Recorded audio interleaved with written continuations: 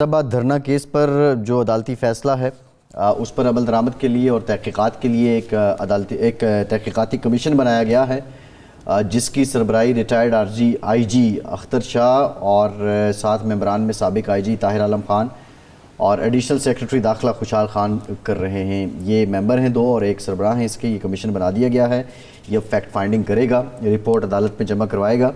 राजा खालिद साहब ने हमें ज्वाइन किया है, माहिर कानून हैं। राजा साहब बहुत शुक्रिया आपके वक्त का। राजा साहब, ये तहक़ीक़ाती कमीशन बन गया है, ज़ाहिर है मामला तो है अदालत में, लेकिन आप क्या समझते हैं बतौर कानूनदान, इसके जो अल्टीमेट रिज़ल्ट्स आएंगे उसके असरात क्या होंगे, मुल्क के जो इस वक्त हालात हैं, सूरत हाल है उस पर?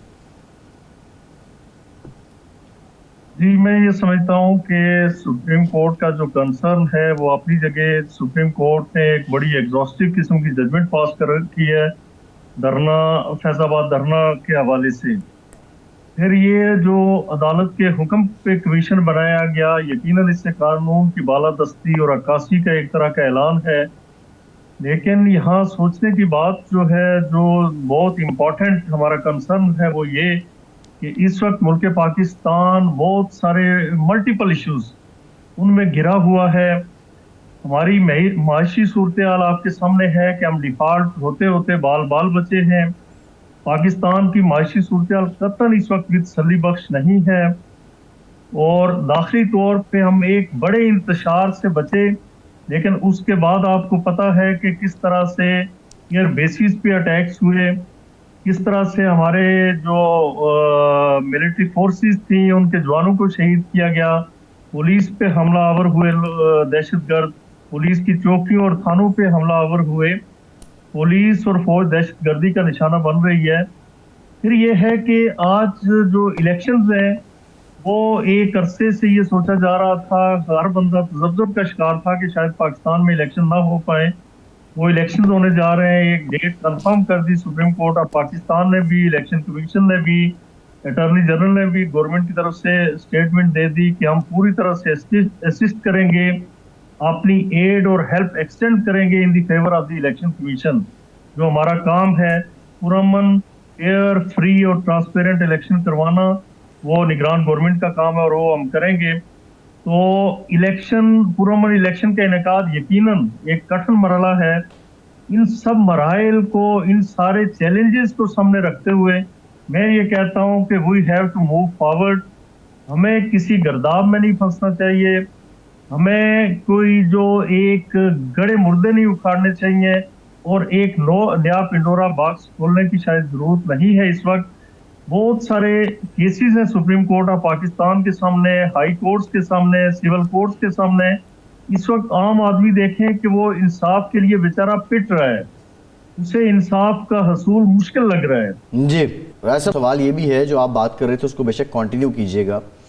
हमने ये देखा कि जो चीफ जस्टिस हैं काजी फायज ईसा साहब, जब इन्होंने हलफ लिया और हलफ लेने से पहले भी जो इनकी कोर फोकस रहा वो आम आदमी को इंसाफ देना था। जो अदालतों का इस्तेदाद कार है उसको बढ़ाने से मुतालिक बात की गई और बिलखुसूस जो जुडिशरी है उसके जो काम है उसके असरात अवाम तक पहुँचने की बात है। लेकिन जब अदालत उलझ जाती है या उलझा दिया जाता है इस तरह के मामलात में, हम बहुत से देखते हैं कि पार्लियामान के बाद या सियासतदानों के बहुत से मामलात जाते हैं वो अदालत में, जी अदालत इस पर फैसला करे, तो अल्टीमेट वो जो इंसाफ फॉर दी पब्लिक है वो किस हद तक सफ़र होता है? जी यकीनन मैं इस पे अर्ज कर चुका हूँ आपसे कि पब्लिक बुरी तरह से सफर कर रही है, केसेस नहीं लग पा रहे। एक दफा लेफ्ट ओवर हो जाए, यानी आपका टाइम ना आए, आपका नंबर ना आए, केस लेफ्ट ओवर हो जाए, तो फिर उसे लगाने के लिए अब सुबह मैं अपनी जात की बात करता हूँ कि 2 अर्ली हियरिंग की पिटीशन में हाई कोर्ट में और परसों एक सुप्रीम कोर्ट में दाखिल कर रहा हूँ। यानी लोग बेचारे वो पिट रहे हैं, वो सिसक रहे हैं इंसाफ के असूल के लिए। हमें अपने निज़ाम इंसाफ को बेहतर बनाने की शदीद ज़रूरत है और जो chief justice honourable chief justice of Pakistan, उनसे इस कौम की बेतहाशा तवक्कुआत वाबस्ता हैं। क्योंकि पे दर पे हमने जो कुछ सालों से देख रहे हैं, जिस तरह से हमारे चीफ साहिबान एक सियासी केस लेके उसे महीनों चलाया और फिर उसका कोई रिजल्ट नहीं, कोई आउटपुट सामने नहीं आया और जो असल काम था उससे उनकी तवज्जो हटी रही वो सियासी केसेस में और अपनी पसंद और नापसंद में उलझे रहे। तो जो मोहतरम चीफ जस्टिस साहब हैं इस वक्त, जो सिटिंग इनकम्बेंट चीफ जस्टिस साहब हैं, इनसे इस कौम की बहुत ज्यादा तवक्कुआत हैं। हम चाहते हैं कि ये थोड़ा अरसा, यानी इन्हें अगले साल ये 16 सितंबर तक रिटायर हो जाएंगे। 16 सितंबर या अक्टूबर की कोई डेट आती है इनकी रिटायरमेंट की। ये 1 साल और कुछ दिन इनका इन्हें रहना है as chief justice of Pakistan.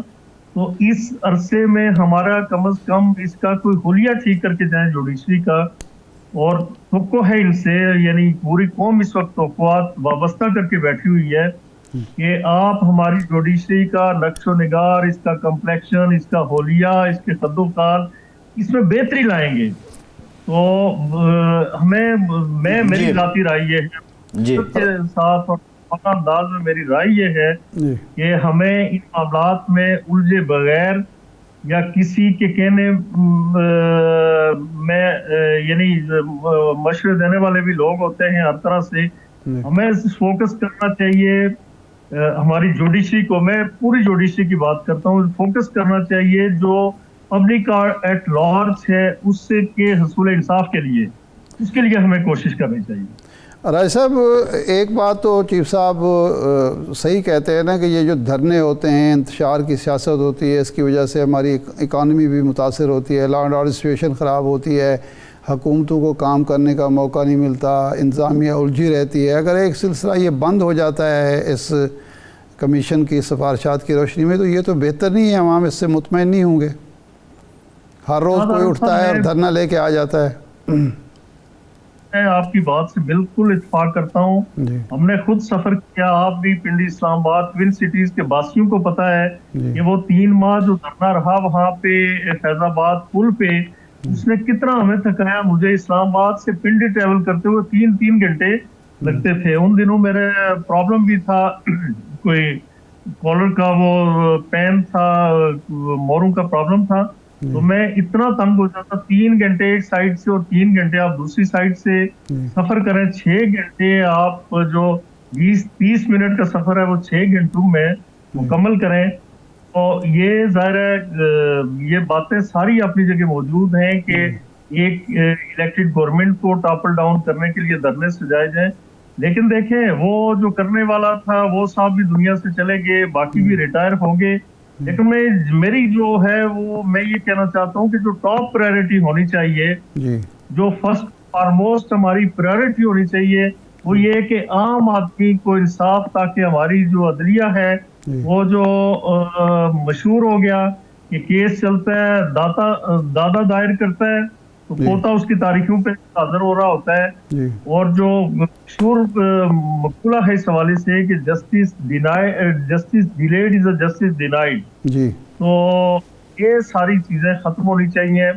और अदारे पे, यानी इस वक्त लोगों को एतमाद नहीं रहा अदारों पे, चाहे वो अदलिया है, जितने भी हमारे अदारे हैं, तो वो अवाम का उस तरह से ट्रस्ट